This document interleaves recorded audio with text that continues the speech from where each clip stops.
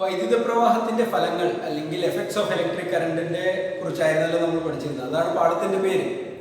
അതിലെ താപഫലത്തിനെ കുറിച്ചാണ് നമ്മൾ ആദ്യമായിട്ട് കണ്ടത്. താപഫലത്തിനെ കുറിച്ച് നമ്മൾ ഒരുപാട് സംസാരിച്ചു കഴിഞ്ഞു. പക്ഷെ താപഫലം കൊണ്ട് നമ്മൾ ഉപയോഗപ്പെടുത്തുന്ന നമ്മളുടെ വീടുകളിൽ അല്ലെങ്കിൽ നമ്മളുടെ കോമൺ ആയി നമ്മൾ ഉപയോഗപ്പെടുത്തുന്ന കാര്യങ്ങൾ എന്തൊക്കെയാണെന്നുള്ളതാണ് നമ്മൾ കാണാൻ പോകുന്നത്. ഏറ്റവും കോമൺ ആയിട്ട് അല്ലെങ്കിൽ ഉപയോഗപ്പെടുത്തുന്ന ഒരു കാര്യം ഇലക്ട്രിക് ഹീറ്റിംഗ് അപ്ലയൻസസ് ആണ്, അല്ലെങ്കിൽ വൈദ്യുതി താപന ഉപകരണങ്ങളാണ്. നമ്മുടെ വീട്ടിലെ ഇസ്തിരിപ്പെട്ടി, വാട്ടർ ഹീറ്റർ, അതേപോലെ തന്നെ സോൾഡറിങ് അയൺ, ഹെയർ ഡ്രയർ, ഇതൊക്കെ അതിന് ഉദാഹരണങ്ങളാണ്. ഇതിനെക്കുറിച്ച് നമ്മൾ കണ്ടതുമാണ്. അതുപോലെ തന്നെ ഇതിൽ ഉപയോഗിക്കുന്ന വസ്തു അല്ലെങ്കിൽ താപം ലഭിക്കാൻ വേണ്ടിയിട്ട്, വൈദ്യുതിയെ താപോർജ്ജമായിട്ട് മാറ്റാൻ വേണ്ടിയിട്ട്, to convert electrical energy to heat energy, എന്താണ് നമ്മൾ സഹായിക്കുന്നത്, എന്ത് ഭാഗമാണ് നമ്മൾ സഹായിക്കുന്നത്, അല്ലെങ്കിൽ എന്ത് വസ്തുവാണ് നമ്മൾ സഹായിക്കുന്നത്, നമ്മളന്ന് കണ്ടതാണ്. അതിനുവേണ്ടി നമ്മൾ സഹായിക്കുന്നതാണ് നിക്രോം എന്ന് പറഞ്ഞ ലോഹസങ്കരം, അല്ലെങ്കിൽ നിക്രോം എന്ന് പറഞ്ഞിട്ടുള്ള അലോയ്. നിക്രോം ഒരു അലോയാണ്, ശരിയല്ലേ? നിക്കൽ, ക്രോമിയം, മാംഗനീസ്, അയൺ എന്നിവ തുടങ്ങിയിട്ടുള്ള ഒരു ലോഹസങ്കരമാണ്, അല്ലെങ്കിൽ അലോയാണ് നിക്രോം. നിക്രോമിന്റെ എന്ത് പ്രത്യേകതകളാണ് ഇതിനു വേണ്ടിയിട്ട് നമ്മൾ സഹായിക്കുന്നത്, അല്ലെങ്കിൽ ഉയർന്ന ചൂട് നൽകാൻ വേണ്ടിയിട്ട് റെഡ് ഹോട്ട് കണ്ടീഷനിലായിരിക്കും നിക്രോം. ആ റെഡ് ഹോട്ട് കണ്ടീഷൻ നമുക്ക് തരുന്ന എന്ത് പ്രോപ്പർട്ടി അല്ലെങ്കിൽ പ്രത്യേകത, ഗുണമാണ് നിക്രോമിനുള്ളത് എന്നുള്ളത് നമുക്ക് നോക്കാം. ആദ്യം പറയുന്നത് ഉയർന്ന റെസിസ്റ്റിവിറ്റി ആയിരിക്കും നിക്രോമിന്. ഉയർന്ന റെസിസ്റ്റിവിറ്റി ആയതുകൊണ്ട് തന്നെ നിക്രോമിന് എന്തായിരിക്കും? ഉയർന്ന റെസിസ്റ്റൻസ് നൽകാൻ കഴിയും, ശരിയല്ലേ? ഉയർന്ന റെസിസ്റ്റിവിറ്റിയുള്ള വസ്തുക്കളെല്ലാം നമുക്ക് എന്ത് നൽകും? ഉയർന്ന റെസിസ്റ്റൻസ് നൽകും. ഉയർന്ന റെസിസ്റ്റൻസ് അല്ലെങ്കിൽ ഹൈ റെസിസ്റ്റൻസ് ലഭിച്ചാൽ നമുക്കറിയാം ജൂൾസ് ലോ പ്രകാരം എന്ത് ഉണ്ടാവും? താപം ഉണ്ടാവും, അല്ലെങ്കിൽ ഹീറ്റ് ഉണ്ടാവും. അങ്ങനെയാണ് നമുക്ക് നിക്രോമിൽ നിന്ന് എന്ത് ലഭിക്കുന്നത്? ഹീറ്റ് ലഭിക്കുന്നത്. അതുപോലെ തന്നെ ഹൈ മെൽറ്റിംഗ് പോയിന്റ്, അല്ലെങ്കിൽ ഉയർന്ന ദ്രവണാങ്കം. എന്താ മെൽറ്റിംഗ് പോയിന്റ് എന്ന് പറഞ്ഞു കഴിഞ്ഞാൽ, ഒരു വസ്തു, ഒരു സോളിഡ് ആയിട്ടുള്ള ഒരു വസ്തു, ഖരാവസ്ഥയിലുള്ള വസ്തു ദ്രാവകാവസ്ഥയിലേക്ക് മാറുന്ന ആ താപനിലയാണ് എന്ത് പറയുന്നത്? മെൽറ്റിംഗ് പോയിന്റ് എന്ന് പറയുന്നത്, ശരിയല്ലേ? ഹൈ മെൽറ്റിംഗ് പോയിന്റ് എന്ന് പറഞ്ഞു കഴിഞ്ഞാൽ അത് എത്ര ചൂടാക്കിയാലും മെൽറ്റ് ചെയ്യാൻ പ്രയാസമായിരിക്കും. അതായത് മെൽറ്റ് ചെയ്യാണ്ട് അതേപോലെ തന്നെ നിൽക്കും, അല്ലെങ്കിൽ ഉരുകാണ്ട് നിൽക്കും. ഇപ്പൊ നമ്മളുടെ നിക്രോം കോയിൽ, നമ്മൾ ഇസ്തിരിപ്പെട്ടിയുടെ ഉള്ളിലുള്ള നിക്രോം കോയിൽ ഉരുകിപ്പോയാൽ പിന്നീട് നമുക്ക് ഉപയോഗിക്കാൻ കഴിയുമോ? ഇല്ല. അതുകൊണ്ട് ഈ ഒരു നിക്രോമിന്റെ മറ്റു പ്രത്യേകതയാണ് ഹൈ മെൽറ്റിംഗ് പോയിന്റ്, അല്ലെങ്കിൽ ഉയർന്ന ദ്രവണം. എത്ര ചൂടാക്കി കഴിഞ്ഞാൽ, അല്ലെങ്കിൽ റെഡ് ഹോട്ട് കണ്ടീഷൻ എന്നാണ് പറയുക, ചുട്ടുപഴുത്ത് നിൽക്കുന്ന അവസ്ഥ നിങ്ങൾ കണ്ടിട്ടുണ്ടാവും. സോൾഡറിങ് അയണെല്ലാം ചുട്ടുപഴുത്ത് നിൽക്കുന്നത്, അല്ലെങ്കിൽ ഇമ്മേർഷൻ ഹീറ്റർ ചുട്ടുപഴുത്ത് നിൽക്കുന്നത്. ഈ ചുട്ടുപഴുത്ത് നിൽക്കുന്ന അവസ്ഥയിൽ പോലും അതെന്ത് ചെയ്യില്ല? ഉരുകില്ല. സാധാരണ ലോഹങ്ങളാണെങ്കിൽ എന്ത് ചെയ്യും? ഉരുകിപ്പോവും, പിന്നീട് അത് നമുക്ക് ഉപയോഗിക്കാൻ കഴിയില്ല, ശരിയല്ലേ? പക്ഷേ ഈ നിക്രോം അങ്ങനെയല്ല. നിക്രോം ആളൊരു ഭയങ്കരനാണ്. നിക്രോം എന്ത് ചെയ്യില്ല? ഉരുകില്ല. അതാണ് ഹൈ മെൽറ്റിംഗ് പോയിന്റ്. ഇനി അടുത്തത് no oxidation at high temperature. എന്താ ഈ ഓക്സിഡേഷൻ എന്ന് പറഞ്ഞു കഴിഞ്ഞാൽ? ഓക്സിഡേഷൻ നിങ്ങൾ കെമിസ്ട്രി അല്ലെങ്കിൽ രസതന്ത്രത്തിൽ പഠിച്ചിട്ടുണ്ടാവും. ഓക്സിജനുമായിട്ടുള്ള റിയാക്ഷൻ, അല്ലെ? ഓക്സീകരണം അല്ലെങ്കിൽ ഓക്സിഡേഷൻ എന്ന് കേട്ടാൽ തന്നെ നമുക്ക് ആരെ ഓർമ്മ വരിക? ഓക്സിജനെയാണ് ഓർമ്മ വരിക. ഓക്സിജനുമായിട്ട് റിയാക്ട് ചെയ്ത് കഴിഞ്ഞാൽ എന്താ പ്രശ്നം? എന്താ ഉണ്ടാവുക പ്രശ്നം? ഓക്സിജൻ ഒരു കത്താൻ സഹായിക്കുന്ന വാതകമാണ്, അല്ലെ? അതൊരു എന്താണ്? ബേണിങ്ങിന് ഹെൽപ്പ് ചെയ്യുന്ന ഒരു ഗ്യാസ് ആണ്. ഓക്സിജനുമായിട്ട് വല്ലാണ്ട് കളിക്കാൻ നിന്ന് കഴിഞ്ഞാൽ എന്ത് ചെയ്യും? അത് അങ്ങോട്ട് കത്താൻ വേണ്ടി സഹായിക്കും, അല്ലെങ്കിൽ കത്തിപ്പിടിക്കും, ശരിയല്ലേ? അപ്പോൾ ഈ ഉയർന്ന ടെമ്പറേച്ചർ, റെഡ് ഹോട്ട് കണ്ടീഷനിലാണ് ആര് നിൽക്കുന്നത്? ഭയങ്കര ചൂടനായിട്ടാണ് ആര് നിൽക്കുന്നത്? നിക്രോം നിൽക്കുന്നത്. ഭയങ്കര ചൂടാണ്, റെഡ് ഹോട്ട് കണ്ടീഷനിലാണ്, ചുട്ടുപഴുത്ത് നിൽക്കുകയാണ് ചെയ്യുന്നത്. അപ്പോഴെങ്ങാനും ഓക്സീകരിക്കാൻ പോയാലോ, അല്ലെങ്കിൽ ഓക്സിജനുമായിട്ട് റിയാക്ട് ചെയ്യാൻ പോയാലോ എന്ത് സംഭവിക്കും? നിന്ന് കത്തും, അല്ലേ? അത് ആ ഒരു നിക്രോം കോയിൽ എന്ത് ചെയ്യും? കത്തിപ്പോവും. അങ്ങനെ നടക്കാൻ പാടുണ്ടോ? ഇല്ല, നടക്കാൻ പാടില്ല. അപ്പോൾ നിക്രോമിന്റെ മറ്റു പ്രത്യേകതയാണ് എന്ത്? അത് no oxidation. It will not undergo any kind of oxidation at high temperature. അല്ലെങ്കിൽ ഉയർന്ന താപനിലയിൽ നിക്രോം എന്ത് ചെയ്യില്ല? ഓക്സീകരിക്കപ്പെടില്ല. ഇനിയും ഗുണങ്ങളുണ്ട്, നിങ്ങളെല്ലാവരും കണ്ടെത്തുമല്ലോ. ഇനി നമ്മൾ പഠിക്കാൻ പോകുന്നത്, അപ്പൊ ഇതാണ് ഇലക്ട്രിക് ഹീറ്റിംഗ് അപ്ലയൻസസിൽ നിങ്ങൾക്ക് പഠിക്കാനുള്ളത്. അല്ലെങ്കിൽ ഇത്രയും നിക്രോമിന്റെ ഗുണങ്ങൾ വളരെയധികം ഇമ്പോർട്ടൻ്റ് ആണ്, നിങ്ങൾ പഠിച്ചു വെക്കേണ്ട ഒരു കാര്യമാണ്. ഇനി നമ്മൾ കാണാൻ പോകുന്നത് നമ്മുടെ വീടുകളിലൊക്കെ സർവ്വസാധാരണമായി കാണുന്ന സേഫ്റ്റി ഫ്യൂസ്, അല്ലെങ്കിൽ സുരക്ഷാ ഫ്യൂസ്, സുരക്ഷയ്ക്ക് വേണ്ടി ഉപയോഗിക്കുന്ന നമ്മുടെ ഡൊമസ്റ്റിക് ഇലക്ട്രിക് സർക്യൂട്ടിൽ, അല്ലെങ്കിൽ വീട്ടിലെ സർക്യൂട്ടിൽ സുരക്ഷയ്ക്ക് വേണ്ടി ഉപയോഗിക്കുന്ന സേഫ്റ്റി ഫ്യൂസിന്റെ പ്രവർത്തനത്തെക്കുറിച്ചാണ്. ഇന്ന് പല വീടുകളിലും സേഫ്റ്റി ഫ്യൂസിന് പകരം മറ്റൊരു വസ്തുവാണ് ഉപയോഗിക്കുന്നത്, MCB അല്ലെങ്കിൽ മിനിയേച്ചർ സർക്യൂട്ട് ബ്രേക്കേഴ്സ്. പക്ഷെ വലിയ സർക്യൂട്ടുകളിലൊക്കെ ഇപ്പോഴും നമ്മൾ എന്ത് ചെയ്യുന്നുണ്ട്, സേഫ്റ്റി ഫ്യൂസ് ഉപയോഗിക്കുന്നുണ്ട്. അല്ലെങ്കിൽ പല വീടുകളിലും നമ്മൾ ഇപ്പോഴും സേഫ്റ്റി ഫ്യൂസ് ഉപയോഗിക്കുന്നുണ്ട്. ഈ സേഫ്റ്റി ഫ്യൂസ് അല്ലെങ്കിൽ സുരക്ഷാ ഫ്യൂസ് അതും വൈദ്യുതിയുടെ താപഫലം വെച്ചിട്ട് പ്രവർത്തിക്കുന്ന ഒരു ഉപകരണമാണ്. അപ്പോൾ വൈദ്യുതി നമ്മുടെ വീടുകളിൽ ചില സമയത്ത് വോൾട്ടേജ് കൂടുകയും വോൾട്ടേജ് കുറയുകയും അല്ലെങ്കിൽ സർജ് എന്ന് പറയുന്ന electric surge, high voltage surge എന്ന് പറയുന്നത് സംഭവിക്കും. എന്താ ഈ ഹൈ വോൾട്ടേജ് സർജ് എന്നൊക്കെ പറഞ്ഞു കഴിഞ്ഞാൽ ഒരുപാട് കറണ്ട് ആവശ്യത്തിലധികം അല്ലെങ്കിൽ ആവശ്യത്തിൽ മേലെ ഒരു ലിമിറ്റിന്റെ മേലെ കറണ്ട് നമ്മളുടെ വീട്ടിലെ സർക്യൂട്ടിലേക്ക് അടിച്ചു കയറുക, അതിനെയാണ് ഹൈ സർജ് എന്ന് പറയുക അല്ലെങ്കിൽ വോൾട്ടേജ് സർജ് എന്ന് പറയുക. ഇതെങ്ങനെയൊക്കെ സംഭവിക്കുക? അത് ഷോർട്ട് സർക്യൂട്ട് വഴി സംഭവിക്കാം. എന്താ ഷോർട്ട് സർക്യൂട്ട് എന്ന് പറഞ്ഞു കഴിഞ്ഞാൽ നമ്മുടെ വീട്ടിലേക്ക് 2 വയറുകളാണ് വരിക അല്ലേ, ലൈവ് വയറും ന്യൂട്രൽ വയറും. നിങ്ങൾ പോസ്റ്റ് ശ്രദ്ധിച്ചു കഴിഞ്ഞാൽ അറിയാം, 2 വയറുകളായിരിക്കും വീട്ടിൽ വരിക. അപ്പോൾ ഈ 2 വയറുകൾ അല്ലെങ്കിൽ വീടിൻ്റെ ഉള്ളിൽ കയറിയിട്ട് ഈ 2 വയറുകൾ ലൈവ് വയർ ഉണ്ടായിരിക്കും, ന്യൂട്രൽ വയർ ഉണ്ടായിരിക്കും. ഇത് രണ്ടും ഇൻസുലേഷൻ, അവയുടെ ഇൻസുലേഷൻ മുറിഞ്ഞ് തൊട്ടുപോയി കഴിഞ്ഞാൽ എന്താ ഉണ്ടാവുക, അവിടെ ഉയർന്ന കറണ്ട് വന്നിട്ട് എന്ത് ചെയ്യും, എല്ലാ ഉപകരണങ്ങളും എന്ത് ചെയ്യും, കത്തിപ്പോവും അല്ലെങ്കിൽ എല്ലാ ഉപകരണങ്ങളും കേടായിരിക്കും. നമുക്കും അത് ചിലപ്പോൾ ഷോക്കായിട്ട് ഏൽക്കാൻ പറ്റും. അപ്പോൾ അത് ഭയങ്കര ഒരു ബുദ്ധിമുട്ടുണ്ടാക്കുന്ന ഒരു കാര്യമാണ്. അതേപോലെ തന്നെ അത് കഴിഞ്ഞാൽ ഓവർലോഡിങ്, ഒരുപാട് ഒരുപാട് ഉപകരണങ്ങൾ നമ്മൾ ഒറ്റ സോക്കറ്റിലേക്ക് കണക്ട് ചെയ്ത് കഴിഞ്ഞാൽ എന്തുണ്ടാവും, ഒരുപാട് പവർ വലിക്കും. അപ്പോൾ എന്ത് ചെയ്യും, ഒരുപാട് കറണ്ട് പുറത്തേക്ക് വരും. അതും തീപിടുത്തം പോലുള്ള വലിയ പ്രശ്നങ്ങളിലേക്ക് നയിക്കും. അപ്പോൾ ഇതാണ് ഷോർട്ട് സർക്യൂട്ടിങ്, ഓവർലോഡിങ്. അല്ലെങ്കിൽ ലൈറ്റ്നിങ്, ഇടിമിന്നൽ ഉണ്ടായാൽ നമുക്കറിയാം, പല വാർത്തകളും നമ്മൾ കേട്ടിട്ടുണ്ട്. ഇടിമിന്നൽ കാരണം എന്ത് ചെയ്യും, ഫ്രിഡ്ജ് പോയി, TV പോയി എന്നൊക്കെ പറയുന്നത്. ഈ ഇടിമിന്നൽ കാരണം എന്ത് ചെയ്യാം, വീട്ടിലെ സർക്യൂട്ടിലേക്ക് ഒരുപാട് കറണ്ട് എന്ത് ചെയ്യാം, കടന്നു വരാം. അപ്പൊ ഇങ്ങനെ ഒരുപാട് കറണ്ട് സർക്യൂട്ടിലേക്ക് കടന്നു വരുമ്പോൾ ആ കറണ്ടിനെ സർക്യൂട്ടിലേക്ക് അനുവദിക്കാണ്ട്, ആ കറണ്ട് എന്താ, ഒഴുകുന്ന ഒരു സാധനമല്ലേ കറണ്ട്, ആ സർക്യൂട്ട്, ആ ഉയർന്ന കറണ്ടിനെ നമ്മളുടെ ഉപകരണത്തിന്റെ അടുത്തേക്ക് എത്തിക്കാണ്ട് അവിടെ വെച്ച് സർക്യൂട്ടിനെ മുറിക്കുന്ന ഒരാളാണ് സുരക്ഷാ ഫ്യൂസ് എന്ന് പറയുന്നത്. അല്ലെങ്കിൽ നിങ്ങൾക്ക് മനസ്സിലാവും, സ്വന്തം ജീവൻ ത്യജിച്ച് ആ സർക്യൂട്ടിനെ രക്ഷിക്കുന്ന ഒരാളാണ് സുരക്ഷാ ഫ്യൂസ്. നമുക്ക് അറിയാം, നമുക്ക് അതിർത്തിയിൽ ആളുണ്ടായിരിക്കും, പട്ടാളക്കാരുണ്ടായിരിക്കും. എന്തിനു വേണ്ടിയിട്ടാണ്, മറ്റു രാജ്യങ്ങൾ നമ്മൾ അറ്റാക്ക് ചെയ്യാണ്ടിരിക്കാൻ വേണ്ടിയിട്ട്.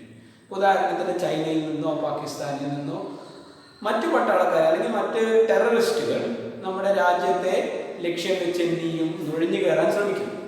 അങ്ങനെ അവർ നുഴഞ്ഞു കഴിഞ്ഞാൽ എന്താ ഉണ്ടാവുക, നമ്മളുടെ നാട്ടിൽ ഓരോ തീവ്രവാദ പ്രവർത്തനങ്ങൾ നടക്കും. ശരിയല്ലേ? നമ്മളുടെ എല്ലാം ജീവന് തന്നെ ഭീഷണിയായി മാറും. അങ്ങനെ ജീവന് ഭീഷണിയാവാണ്ടിരിക്കാൻ, നമ്മളുടെ എല്ലാം ജീവന് ഭീഷണിയാവാണ്ടിരിക്കാൻ അതിർത്തിയിൽ ആരാണുള്ളത്, പട്ടാളക്കാരെ. സ്വന്തം ജീവൻ തന്നെ ബലി കൊടുത്ത് നമ്മളെല്ലാം സംരക്ഷിക്കാൻ വേണ്ടി പട്ടാളക്കാരെ അവിടെ വിന്യസിപ്പിച്ചിട്ടുണ്ട്, അതിർത്തിയിൽ വിന്യസിപ്പിച്ചിട്ടുണ്ട്. അതുപോലെ ഒരാളാണ് സുരക്ഷാ ഫ്യൂസ്. സ്വന്തം ആയി ജീവൻ നൽകിയും ആ ഉയർന്ന അളവിലുള്ള കറണ്ടിനെ ഒരു കാരണവശാലും എങ്ങോട്ട് എത്തിക്കുന്നില്ല, ഉപകരണത്തിലേക്ക് എത്തിക്കുന്നില്ല. ഇങ്ങനെയാണ് സുരക്ഷാ ഫ്യൂസ് പ്രവർത്തിക്കുന്നത്. ഉദാഹരണത്തിന് സുരക്ഷാ ഫ്യൂസ് എന്താണ്, സുരക്ഷാ ഫ്യൂസിന്റെ പ്രത്യേകത എന്താണ്, അതിന്റെ ഏറ്റവും വലിയ പ്രത്യേകത എന്നുള്ളത് നോക്കാം. ഒരു സുരക്ഷാ ഫ്യൂസിൽ അടങ്ങിയിട്ടുള്ള സുരക്ഷാ വയർ അല്ലെങ്കിൽ fuse wire, safety fuse wire ആണ് അതിന്റെ ഏറ്റവും വലിയ പ്രത്യേകത. ഈ സേഫ്റ്റി ഫ്യൂസ് വയർ അല്ലെങ്കിൽ ഫ്യൂസ് വയർ എന്തുകൊണ്ടാണ് നിർമ്മിച്ചത്?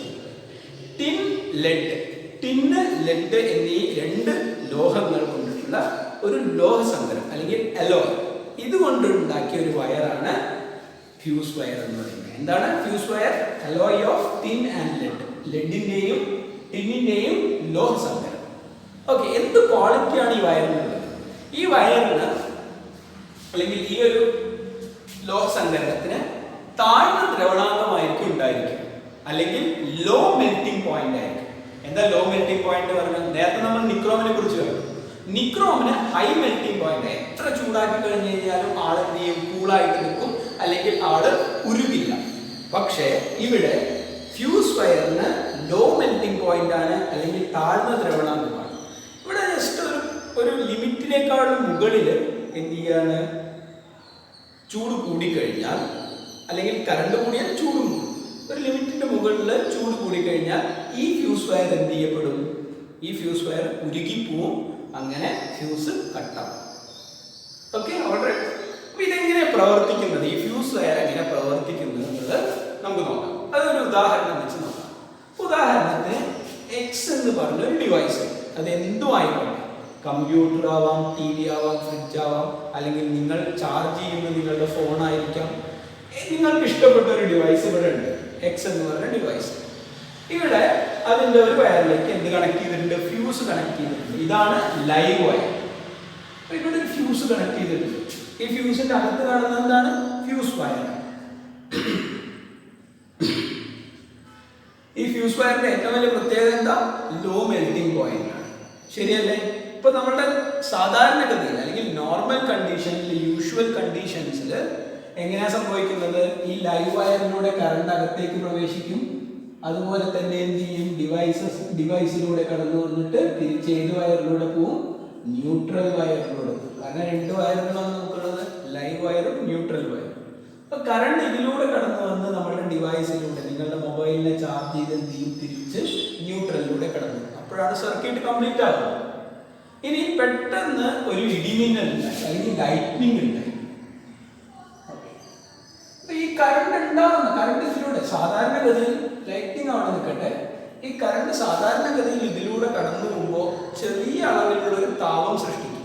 കാരണം നിങ്ങൾക്കറിയാം, ജൂൾസ് നിയമം വെച്ച് ഏതൊരു കറണ്ട് ഏതൊരു വയറിലൂടെ അല്ലെങ്കിൽ ഒരു മെറ്റലിലൂടെ കടന്നു പോയി കഴിഞ്ഞ് കഴിഞ്ഞാൽ എന്തുണ്ടായിരിക്കും? അവിടെ ചെറിയ അളവിലൊരു താപം ഉണ്ടായിരിക്കും. ആ താപം എത്രയാണെന്ന് കണ്ടുപിടിക്കാമെന്ന് നമുക്കറിയാം. എങ്ങനെ അറിയാം? നമുക്കറിയാം H = I² RT. ഈ ഒരു ഇക്വേഷൻ വെച്ച് നമ്മൾ പഠിച്ചിട്ടുണ്ട് ആ താപം എത്രയാണെന്ന് കണ്ടുപിടിക്കാൻ വേണ്ടി. അപ്പോൾ ഇത് തൽക്കാലം നമുക്ക് മറന്നേക്കാം, ഇതിന്റെ ആവശ്യമില്ല. ഞാൻ പറഞ്ഞു വന്നത്, കറണ്ട് ഫ്യൂസിലൂടെ കടന്നു പോകുമ്പോൾ എപ്പോഴും ചെറിയൊരളവ് ജൂൾസ് ഹീറ്റിംഗ് വഴി അല്ലെങ്കിൽ ജൂൾസ് താപനം വഴി അവിടെ എന്ത് ചെയ്യും? ചെറിയൊരളവ് താപം ഉണ്ടാക്കിക്കൊണ്ടേയിരിക്കും. പക്ഷെ ആ താപം എന്ത് ചെയ്യും? ചുറ്റുപാടിലേക്ക് പ്രേഷണം ചെയ്തു പോകും, അല്ലെങ്കിൽ റേഡിയേറ്റ് ചെയ്തു പ്രേഷണം ചെയ്തു പോകും. ഇങ്ങനെ ചുറ്റുപാടിലേക്ക് ആ താപം എല്ലാം എന്ത് ചെയ്യും? റേഡിയേറ്റ് ചെയ്യും. ഇങ്ങനെയാണ് സാധാരണഗതിയിൽ നമ്മളുടെ എന്ത് പ്രവർത്തിക്കുക? ഉപകരണങ്ങൾ പ്രവർത്തിക്കുക, അല്ലെങ്കിൽ വീട്ടിലെ സർക്യൂട്ട് പ്രവർത്തിക്കുക. ഇപ്പൊ നമുക്കൊരു പ്രശ്നം വന്നിട്ടുണ്ട്. എന്താണ് ആ പ്രശ്നം? ലൈറ്റ്നിങ്. ഇടിമിന്നലിന്റെ സമയത്ത് ഒരുപാട് കറണ്ട് ഏതിലൂടെ കടന്നു പോകും? ഈ ഡിവൈസിലൂടെ കടന്നു പോകും. അല്ലെങ്കിൽ ഭീമാകാരമായിട്ടുള്ള ആ ഒരു കറണ്ട് എന്ത് ചെയ്യും? ആ ഒരു ഉപകരണത്തിലൂടെ കടന്നു പോകാൻ ശ്രമിക്കും. അങ്ങനെ ആ ഉപകരണത്തിലൂടെ അല്ലെങ്കിൽ നിങ്ങളുടെ മൊബൈലിലൂടെ ഒരുപാട് എക്സസ് കറണ്ട് അല്ലെങ്കിൽ താങ്ങാവുന്നതിലും അധികമുള്ള കറണ്ട് കടന്നു പോയി കഴിഞ്ഞാൽ എന്ത് ചെയ്യും? നിങ്ങളുടെ മൊബൈലിൽ എന്ത് ചെയ്യും? കേടുപാടുകൾ സംഭവിക്കുന്നത്. നിങ്ങളുടെ മൊബൈലിലെ IC അല്ലെങ്കിൽ ഇന്റഗ്രേറ്റഡ് ചിപ്പ് ഇലക്ട്രോണിക് സർക്യൂട്ടിനൊക്കെ എന്ത് സംഭവിക്കും? കേടുപാടുകൾ സംഭവിക്കും. പിന്നെ നമുക്ക് ആ മൊബൈൽ ഉപയോഗിക്കാൻ കഴിയും? ഇല്ല. ചിലപ്പോൾ നിങ്ങൾക്ക് എന്ത് ചെയ്യാൻ പറ്റും? ഷോക്കേൽക്കും നിങ്ങൾ ഉപയോഗിക്കുന്നുണ്ടെങ്കിൽ. അപ്പൊ എന്ത് ചെയ്യാൻ പറ്റും? എന്ത് ചെയ്യണം? ആ കറണ്ടിനെ എങ്ങനെയെങ്കിലും തടഞ്ഞു നിർത്തണം. ശരിയല്ലേ? ആ കറണ്ടിനെ എങ്ങനെയെങ്കിലും തടഞ്ഞു നിർത്തണം. ഈ വലിയ കറണ്ട് ഫ്യൂസിലെത്തും. ഫ്യൂസിന്റെ ഭാഗത്തെത്തുമ്പോൾ ഈ വലിയ കറണ്ട് എന്ത് ചെയ്യും? അവിടെ ചെറിയ കറണ്ട് ആണെങ്കിൽ നമുക്ക് എന്തിലേക്കും? ചെറിയ താപം ഉണ്ടാവും. ചെറിയ രീതിയിലുള്ള കറണ്ട് ആണെങ്കിൽ, അല്ലെങ്കിൽ അളവിൽ താഴെയുള്ള കറണ്ട് ആണെങ്കിൽ അളവിൽ താഴെയുള്ള എന്തുണ്ടായിരിക്കും? ഹീറ്റ് ഉണ്ടായിരിക്കും, അല്ലെങ്കിൽ ലിമിറ്റഡ് ഹീറ്റ് അവിടെ പ്രൊഡ്യൂസ് ചെയ്യുന്നത് നമ്മൾ പറഞ്ഞു. ഇനി വലിയ രീതിയിലുള്ള കറണ്ടാണ്, കറണ്ടിന്റെ വാല്യൂ അല്ലെങ്കിൽ കറണ്ടിന്റെ മൂല്യം വല്ലാണ്ടൊക്കെ കൂടുകയാണെങ്കിൽ, വല്ലാണ്ട് വലിയ കറണ്ട് അതിലൂടെ കടന്നു പോവുകയാണെങ്കിൽ എന്ത് ചെയ്യും? അതേപോലെ തന്നെ വല്ലാണ്ട് വലിയ എന്ത് സംഭവിക്കും? ഹീറ്റ് അവിടെ ജനറേറ്റ് ചെയ്യും, അല്ലെങ്കിൽ ഹീറ്റ് അവിടെ ഉണ്ടാവും. അപ്പൊ ഹീറ്റ് ഉണ്ടായിരിക്കും, താപം കൂടും, താപം ഒരുപാട് കൂടും. താപം ഒരുപാട് കൂടിക്കഴിഞ്ഞാൽ എന്താ ചെയ്യുക? ഈ ഫ്യൂസിന് ഒരു പ്രത്യേകതയുണ്ട്. ഈ ഫ്യൂസ് എങ്ങനത്തെ ആളാണ്? വളരെ ലോലഹൃദയനായിട്ടുള്ള ഒരാളാണ്, അല്ലെ? അല്ലെങ്കിൽ ഫ്യൂസ് എന്ന് പറയുന്നത് എങ്ങനത്തെയാ? Low melting point. Low melting point അല്ലെങ്കിൽ താഴ്ന്ന ദ്രവണാങ്കമുള്ള ആളാണ്. പെട്ടെന്ന് എന്ത് ചെയ്യും? ഉരുകി പോകുന്ന ഒരാളാണ്. അപ്പൊ എന്ത് ചെയ്യും? ഇത്രയും ചൂട് അല്ലെങ്കിൽ ഇത്രയും ഹീറ്റ് അയാൾക്ക് താങ്ങാൻ കഴിയോ? ഇല്ല. അപ്പൊ എന്ത് ചെയ്യും? ഈ ഫ്യൂസ് വയർ ഇവിടെ ഉരുകിപ്പോകും. ഇത്രയും എക്സസീവ് ഹീറ്റ് കാരണം എന്ത് ചെയ്യും? ഫ്യൂസ് വയർ അങ്ങോട്ട് കട്ടായി പോവും, അല്ലെങ്കിൽ ഉരുകിപ്പോകും. ഫ്യൂസ് വയർ എന്ത് ചെയ്യും? സ്വന്തം ജീവൻ കൊടുത്തു വേണമെങ്കിൽ നമുക്ക് പറയാല്ലേ, സ്വന്തം ജീവൻ നൽകി എന്ത് ചെയ്യും? ആ കറണ്ടിനെ തടഞ്ഞു നിർത്തും. ഈ വലിയ കറണ്ടിന് ഇനി ഇങ്ങോട്ട് കിടക്കാൻ പറ്റുമോ? ഇനി നിങ്ങളുടെ ഉപകരണത്തിലേക്ക് കിടക്കാൻ പറ്റുമോ? ഇല്ല. കാരണം ഇവിടെ ഒരു ഗ്യാപ്പ് വന്നു. ഈ വലിയ കറണ്ടിന് നിങ്ങൾക്ക് എന്ത് ചെയ്യാൻ കഴിയില്ല? ഇനി അങ്ങോട്ട് കടക്കാൻ കഴിയില്ല. അപ്പൊ നിങ്ങളുടെ ഈ ഒരു മൊബൈൽ നിങ്ങൾ ഉപയോഗിച്ചിരിക്കുന്ന ഈ ഒരു ഡിവൈസ് എന്തായി? ഇപ്പോ സേഫ് ആയി. ഇപ്പൊ നിങ്ങളുടെ മൊബൈൽ സേഫ് ആണ്. ഈ വലിയ കറണ്ട് അല്ലെങ്കിൽ നിങ്ങളുടെ മൊബൈലിനെ കേടുവരുത്തക്ക രീതിയിലുള്ള ആ ഒരു ഭീമാകാരനായിട്ടുള്ള കറണ്ട് എന്ത് ചെയ്യില്ല? അങ്ങോട്ടേക്ക് എത്തില്ല. ആരാ രക്ഷിച്ചത്? Fuse wire. ഫ്യൂസ് വയർ എങ്ങനെയാ രക്ഷിച്ചത്? ആ ഉയർന്ന താപം കൊണ്ട് എന്ത് ചെയ്തു? ഫ്യൂസ് വയർ ഉരുകിപ്പോയി. ആ ഒരു സർക്യൂട്ടിൽ ഒരു ഗ്യാപ്പ് ഉണ്ടാക്കി, അല്ലെങ്കിൽ അതിനെ ഒരു ഓപ്പൺ സർക്യൂട്ടായി മാറി. ക്ലോസ്ഡ് സർക്യൂട്ട് വഴി എന്ത് സഞ്ചരിക്കുന്നു? കറണ്ട് സഞ്ചരിക്കുന്നു. ഇങ്ങനെയാണ് ഫ്യൂസ് വയർ എന്ത് ചെയ്യുന്നത്? നിങ്ങളുടെ സർക്യൂട്ടിനെ സംരക്ഷിക്കുന്നത്, അല്ലെങ്കിൽ നമ്മളുടെ എല്ലാ വീടുകളിലെ സർക്യൂട്ടിനെ ഫ്യൂസ് വയർ സംരക്ഷിക്കുന്നത്. നിങ്ങൾ പഠിച്ചിരിക്കേണ്ട ഏറ്റവും ഇമ്പോർട്ടൻ്റ് ആയിട്ടുള്ള കാര്യം എന്താ? ഒരു ഫ്യൂസ് വയർ എന്ന് പറഞ്ഞു കഴിഞ്ഞാൽ ഒരു ടിന്നിന്റെയും ലെഡിന്റെയും ലോഹസങ്കരമാണ്, അലോയ് ആണ്. അതുപോലെ തന്നെ അതിൽ ഏറ്റവും കൂടുതലുള്ളത്, അതായത് ഇതിന്റെ ഏറ്റവും വലിയ സവിശേഷത അല്ലെങ്കിൽ ക്വാളിറ്റി എന്ന് പറയുന്നത് ലോ മെൽറ്റിംഗ് പോയിന്റ് ആയിരിക്കും, അല്ലെങ്കിൽ താഴ്ന്ന ദ്രവണാങ്കമായിരിക്കും. ശരിയല്ലേ?